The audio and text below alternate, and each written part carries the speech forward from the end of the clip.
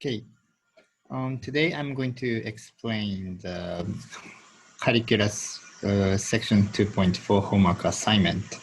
Okay, the one showing in the left is from the Pearson's homepage, and I'm going to go over the 22 problems, some of the 22 problems to explain the key ideas in this section.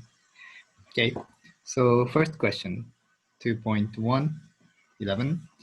So find the slope of the curve y is equal to x cubed at the point 2, 6 by finding the limiting value of the slope of the secant through point P.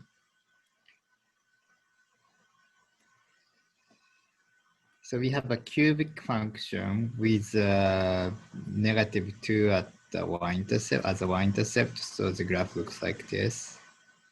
Okay. So when x is 2, it is 6. So that's the point P. So we need to find, we are requested to find the slope of the tangent line. Okay. We are going to take another point, let's say Q, the whose x coordinate is 2 plus h. Okay. So let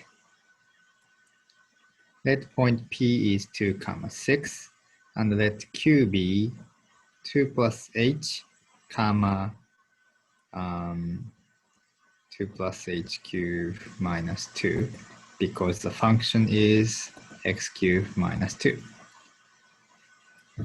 So I have 2 points on the curve, and I'm going to draw the secant line. Then the slope of the secant line is, so slope of the secant line PQ is the change in y value over change in x values, which is 2 plus h cubed minus 2. That's the y coordinate for Q minus y coordinate of P over this minus this, which is h. I have to simplify the numerator, so I'm going to expand it and simplify it. I'm going to get 8 plus 12h plus 6h squared plus h cubed minus 8 over h. Combining like terms, I'm going to get, and the factor the numerator, I'm going to get h squared plus 6h plus 12 over h. Because this point P and Q are distinct points, so we are assuming that h is not equal to 0. So we can reduce the fraction to get h squared plus 6h plus 12. Okay. Now let's gonna do the limiting process. So let's take a limit of this expression, slope of the PQ, as h is approaches 0.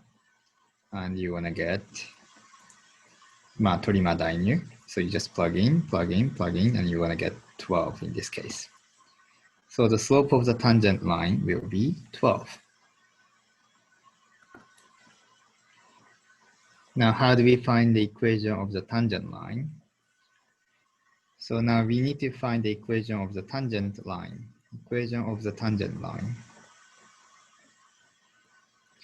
Well, what do we know about this line? Now this line goes through the point P, which is 2, 6, with a slope of 12. So because you know the slope and the point on the line, you can use the point slope form of the line, which is this. Point slope form, so I just plug in 2, 6 to x1, y1, and the 12 into the slope. So I will obtain y minus 6 is equal to 12, x minus 2. It would be nicer to rewrite this expression into y is equal to mx plus b. So this might be a better expression, okay? But let's see how the Pearson is going to respond. So the answer is, it's going to be like a 12. And the equation is, let's see whether it's going to accept the point slope form directly. Let's see whether this works. So it works. Okay, but the better answer is y is equal to 12x minus 18. Okay, next question, number 2. Okay, this is just finding a true false on with a limit as x approaches -2 from the right side. Okay, so I'm gonna have a cursor here. So as x is getting closer to -2 from the positive direction. So I just move this part. So let's see what is the limiting value, y value, as x is getting closer to -2 from the right. So it is actually getting closer to y value of 4. So it seems like this is true, right? Okay. Okay, now what is the limit of fx as x approaches 0 from the left side? Okay, so 0 from the negative direction, so getting closer to 0. So like you're getting closer and closer and closer and closer and closer and closer to 0. So the limit value should be 0. Okay, so this is actually not correct because f of 0 is 3 also, but the limit from the left side is 0. So it's false. Okay. Now, true or false? The limit from the left to the 0 and the right to 0 is equal. Indeed, it is true because it's like getting closer to 0 from the left and it's getting closer to 0 from the right. So it seems to be they have identical values. Okay, so this, because left and right limit is equal, this limit does exist and which is should be equal to 0. Yeah. Okay, so it's the same thing. Yes. Okay, is the limit of x approaches 2 is 4. Is it true? Well, let's say, look, from left side, as x is approaching 2, it's getting close to 4. So left side limit is 4, but right side limit is 0. As x is getting closer to 2 from the right direction, the y value is getting close to 0. So since left side limit and right side limit has a different value, this is false. Okay. Well, this is obviously false. Okay. Now again, you have some functions here, but because the graph is already here, let's use this graph. Okay, find the right side limit and left side limit. Okay, so right side limit is from the right side, it's getting closer and closer to 4. And from left side, it's getting closer to 1. Okay. Okay, part B. Does the limit as x approaches 3 exist? If so, what is it? If not, why not? So the answer is no, because right and left has a different limit. So the answer is no, so either A or C. And actually, A is a better explanation because it says right-hand side limit and left side limit is different. Choice C is correct conclusion, but the explanation is not right because it said the limit, limit does not exist because f of 3 is undefined. For the limit to exist, it must have a same left and right limit. The value at the point is not important for finding the limit. So this is not the correct reasoning for saying the limit does not exist. So I'm gonna choose A, but let's choose C. You see? You got some idea here. So C doesn't work. It's gonna be A, right? Okay, part C. What is the limit of fx as x approaches 4 from right and left? In this case, you are looking at this part. Can you see? You are looking at this part. As x approaches 4 from left and right. So from right, it's getting closer and closer and closer to 5. And from the left, it's getting closer and closer and closer to 5 as well. So the limit is 5 and 5. Okay, 5 and 5. 5 and 5, right? And does the limit exist? And yes, because, well, so what is it? So it is 5. It is 5.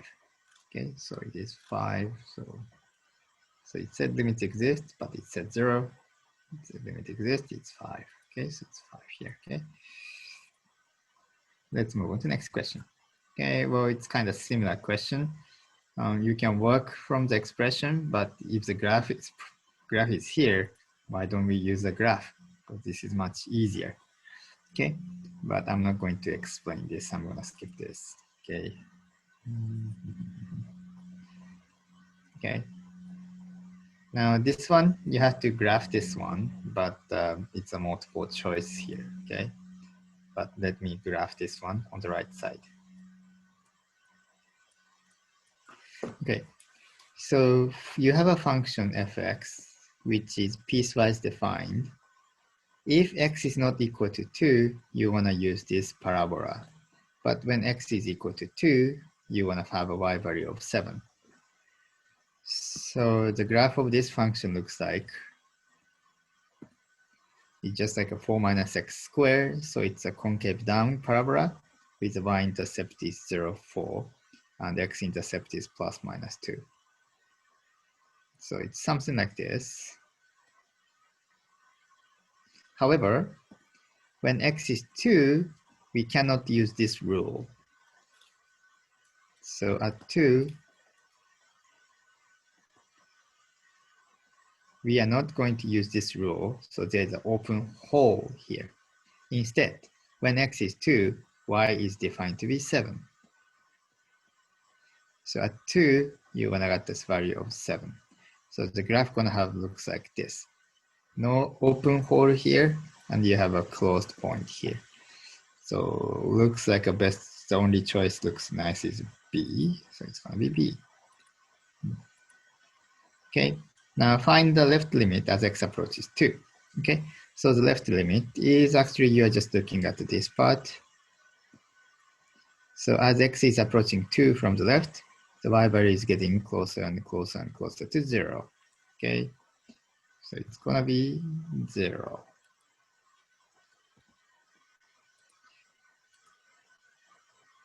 And the right side limit is also 0, of course.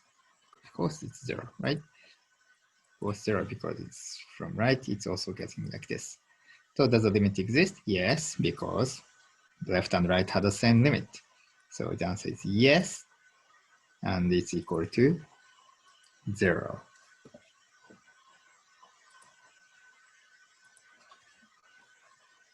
Okay, different kind of question. It's just asking about the domain.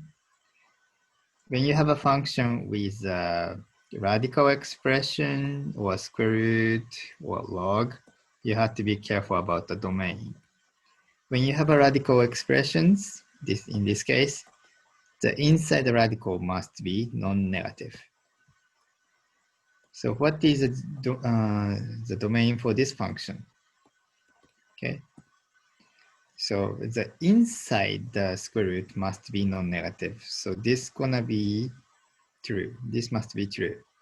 Solve this inequality for x. You obtain x is less than or equal to 5.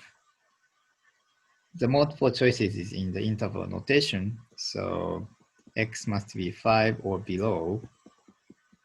So in the interval notation, it's negative infinity through 5, and 5 is included. So the answer is B. Okay, B. I'll just go to the next question. Okay. Now next question is just find the limit. Okay, find the limit. So x is approaching minus 0.02 from the right direction, right side, of x plus 11 over x plus 2. Okay, in this case, make sure that the denominator is not 0 and the inside the square root is positive, and it looks like a positive. So using the property of the limit, you can do something like this. You just evaluate, find the limit of this one, find the limit of this one, then you want to take a square root. So because this is not like a 0 over 0 type question, you can just plug in. Just plug in. So it's going to be minus 0.02 plus 2 and minus 0.2 plus 11, which is 10.8 over 1.8. which is square root of 6. So the answer is square root of 6, okay? Square root of 6. What should I do? Square root of 6, okay? Okay, now a bit harder question. Now you have another square root limit question, but this is a slightly different.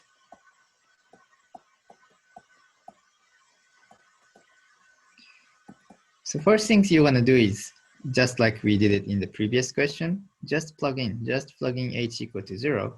Then you want to get 0 square root of 3 minus square root of 3, so which is 0 over 0. So when you see 0 over 0, you have to change the expression somehow.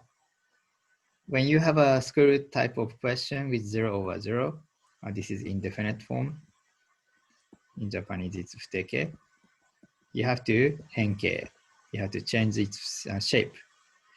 For this kind of question, you are actually multiplying numerator and denominator by the conjugate. So multiply by this plus this to top and bottom.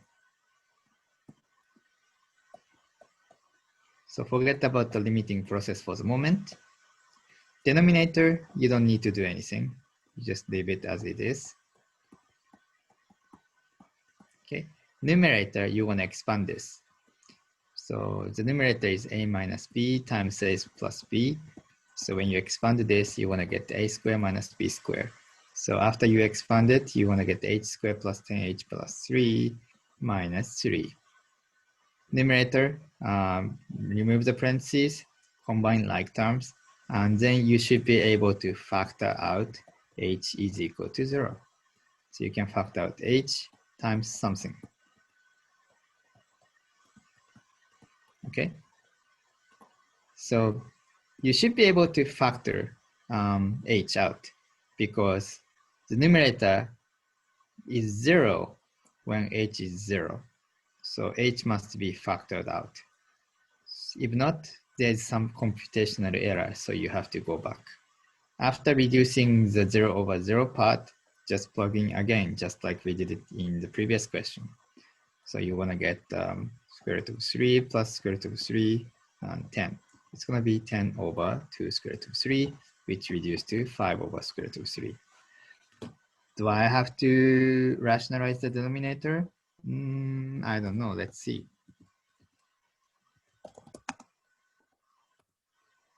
Well, I guess I don't have to rationalize the denominator. Okay, next question.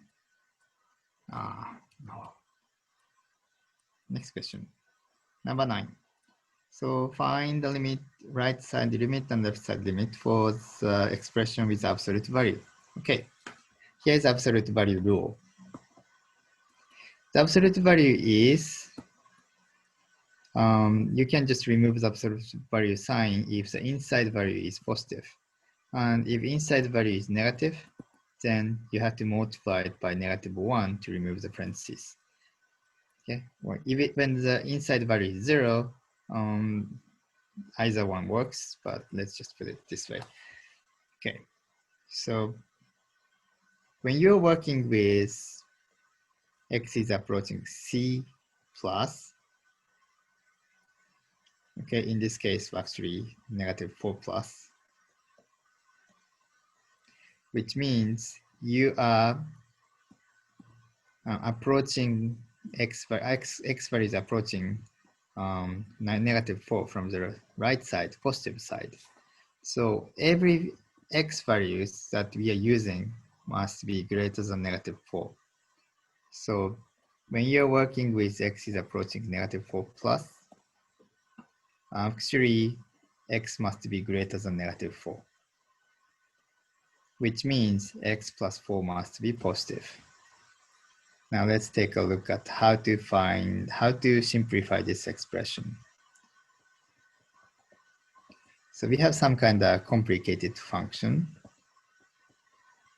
And unfortunately, when you just plug in, 取り間代入するとね、you wanna get 0 on the denominator and 0 on the numerator times 4.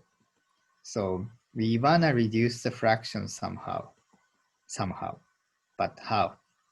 With absolute value sign, you cannot reduce the fraction. So first things to consider is to remove the absolute value sign. In this case, we assume x is greater than -4, like -3.5, -3.8, -3.9. Only those values are used. In that case, we can safely remove the absolute value sign into just a regular parentheses. Okay, then you can safely reduce the fraction, which causing 0/0. After reducing, after henke, just plug in and you're gonna get 4. So the limit is 4, okay? On the other hand, when you are doing like -4 minus,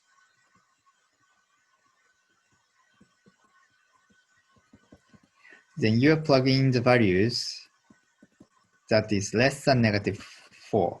So -4.1, -4.01, -4.01, those values gonna be used to evaluate the limit. So when you are plugging something less than -4, this inside value is always below 0. So when you remove the parentheses, absolute value sign, you're gonna have to multiply it by -1. Okay, but after you remove the absolute value sign, you can reduce the fraction and you just plug in just torima dainu. So -1 times 4, which is -4. So left side limit is -4. Okay. So the answer to this one is 4. And this is going to be -4. Okay. Okay, now you have a new function. Use a graph to determine the domain and the range of the function. Well, the domain should be -5 pi over 2 to 5 pi over 2. Okay. And the range is possible y values. So the smallest y value is -1, which is included. So -1 included to +1 included. Okay, another limit question, which will need to be considered from the right side and the left side again. This is like in the Gauss-Kigo, the floor function or step function. So I'm just going to do part A, which is find the limit of theta approaching -5 from right side. Okay, so you're gonna use a limiting process from the positive direction to -5. So you're gonna plug in the value like -4.5, -4.9, -4.99. Those are used. We are not going to use -5.1 and so on. So when you are plugging, since we are assuming theta is getting closer to -5 from the right direction, we can assume that theta must be greater than -5, but less than -4. Then for no matter which theta value is picked, this must be -4 point something something something in the Gaussian symbol. So it's gonna be -5. Okay. So this is actually same thing as -5 fixed constant over theta. Now you just need to plug in theta, torima dainu, and you're gonna get the value. So -5, -5, so it should be 1. Okay. However, the second question, second one is when this is negative, then this is negative. So we are looking at this interval. So we cannot assume this way, but we are going to assume that theta must be less than -5, but we can assume it's greater than -6. In that case, when the theta is plugging into this step function, it must be -6. So this part is going to change to -6 in this case. And so this is going to be -6. So the limit is 1.2. Okay. So the answer is here is negative. Well, it's positive 1. And it's going to be, that doesn't work. It's going to be 1.2. Okay. Now move on to the next question. Okay, using the formula that I explained in the class, try to find this complicated limit.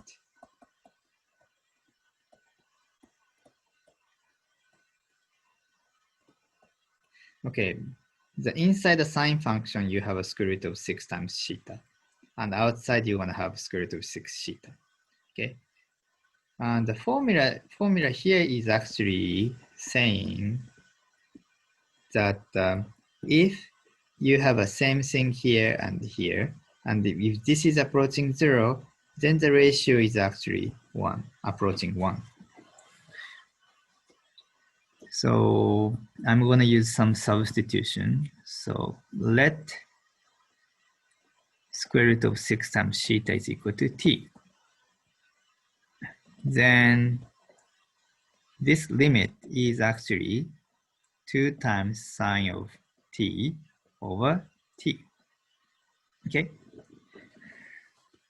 Well, t and theta is different, but when theta is getting closer to 0, then t is also getting closer to 0. Then this part is really actually the formula. Instead of theta, you have t here, right? But it's same meaning. So the limit should be 1 here. So this part gonna be 1, and 1 multiplied by constant 2. So it's gonna be 2 times 1, which is 2. Okay, so the answer is 2. Okay, same question, well, almost identical question, probably easier. So the limit of y approaches 0 of sine of 3y over 17y.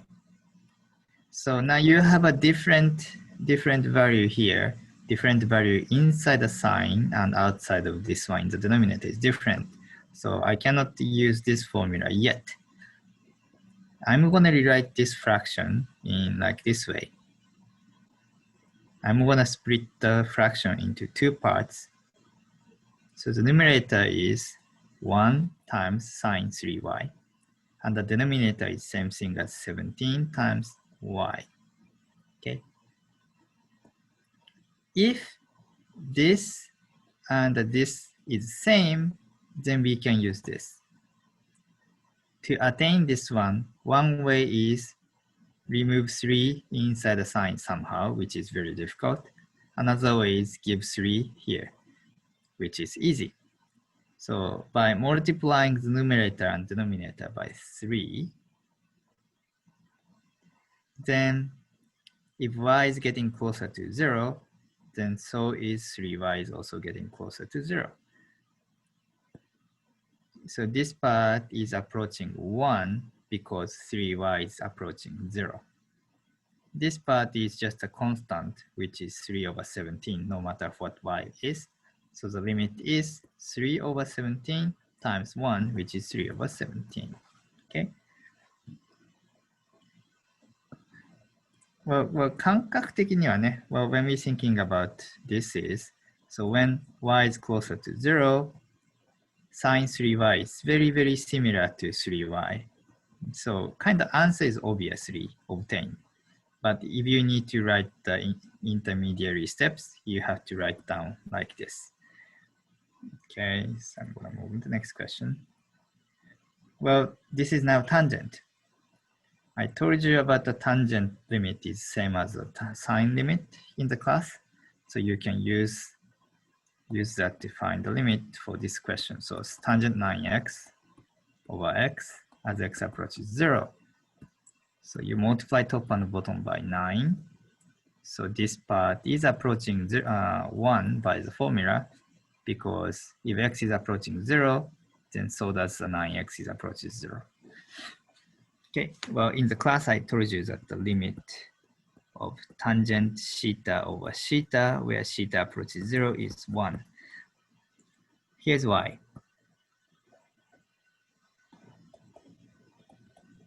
Let's start from the beginning. So why the tangent have the same limit as the sine one is because this. So what is tangent? Tangent is same thing as sine over cosine. So it is same thing as sine 9x over cosine 9x and times 1 over x. Correct?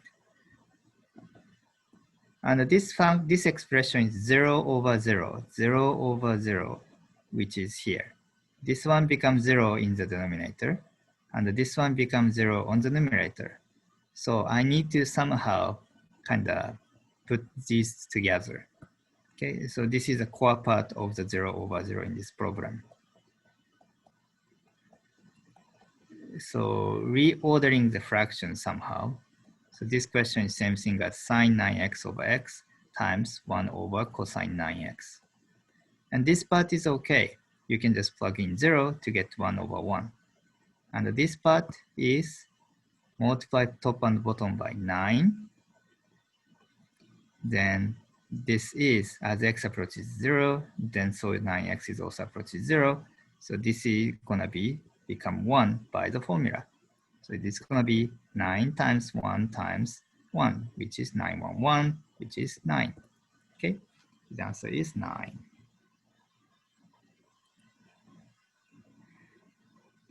Okay, now harder one, you have a cosine. Actually, don't just looking at the cosine, but 1 minus cosine is a key part. 1 minus cosine is a key part.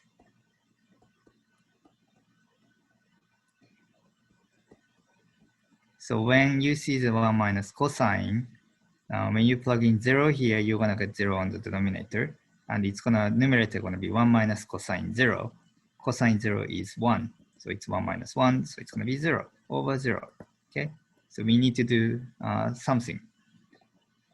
Well, here's how to deal with 1 minus cosine. Don't look at the cosine, you have to look at the 1 minus cosine as a group.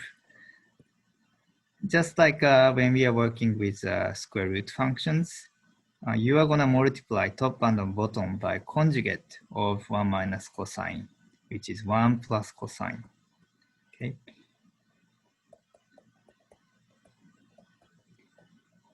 Denominator, you don't need to change anything. You just leave it as a factored form. Numerator, you expand it again, a minus b times a plus b stuff. So it's gonna be 1 minus cosine square. Now the 1 minus cosine square is same thing as sine square.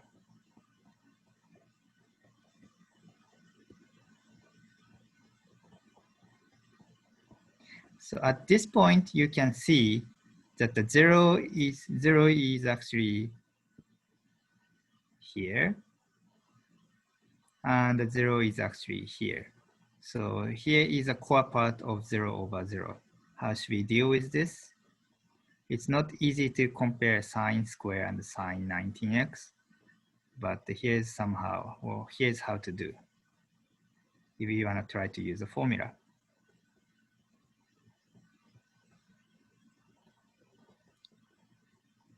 This is all product, okay? So this is sine theta over 1 times sine theta over 1 times 1 over sine 19 theta times 1 over 1 plus cosine theta, okay? So multiply top and bottom by, for example, theta. Oops. And multiply top and bottom by theta. Okay, like this. Because sine theta is similar to theta,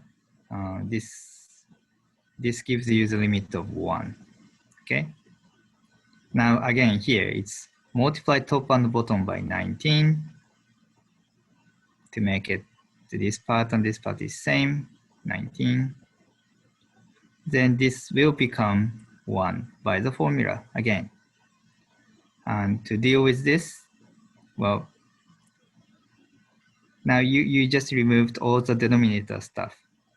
The 0 over 0 is solved here. 0 over 0 is solved here. So this limit is 0 because it's sine theta over 1. You can just plug in. This is 1 by formula. This is 1 by formula. And this is going to be 1 over 2 by just plugging. And this is going to be 1 over 19. So the limit is 0 times 1 times 1 times 1 half times 1 over 19, which is 0. Okay. The idea is you kind of have like the numerator is like a theta square because sine x is similar to theta. And the denominator looks like a 19 theta times 2, kinda. So you reduce 0 over 0 factored. You can simplify the theta by once, but you still have another 0 on the numerator. So the limit gonna be 0. Okay, so the limit gonna be 0. Okay, I'm gonna skip this explanation. The answer is like kind of obvious. It's 1 over 9. This one doesn't really make sense to me because this function just plug in, just 取りま大入で0 times 1, so it's gonna be 0. Yeah, just 0. No need to use formula. Just plug in. Okay, but this is like tangent 6x is similar to 6x, sine 7x is similar to 7x when x is approaching 0. So it's the limit should be 6 over 7. Okay. Well, this is just a domain and range question. So you have to use a graphing calculator to graph, but this functions appears many times in the calculus. So I'm gonna just explain briefly what this looks like. When you have a function of number square minus x square, this is actually a semicircle whose center is the origin and whose radius is r, and it's going to be upper half semicircles. Okay, so of course this part's going to be r, so the range going to be negative r through r, and the domain gonna be 0 through r inclusive. Okay.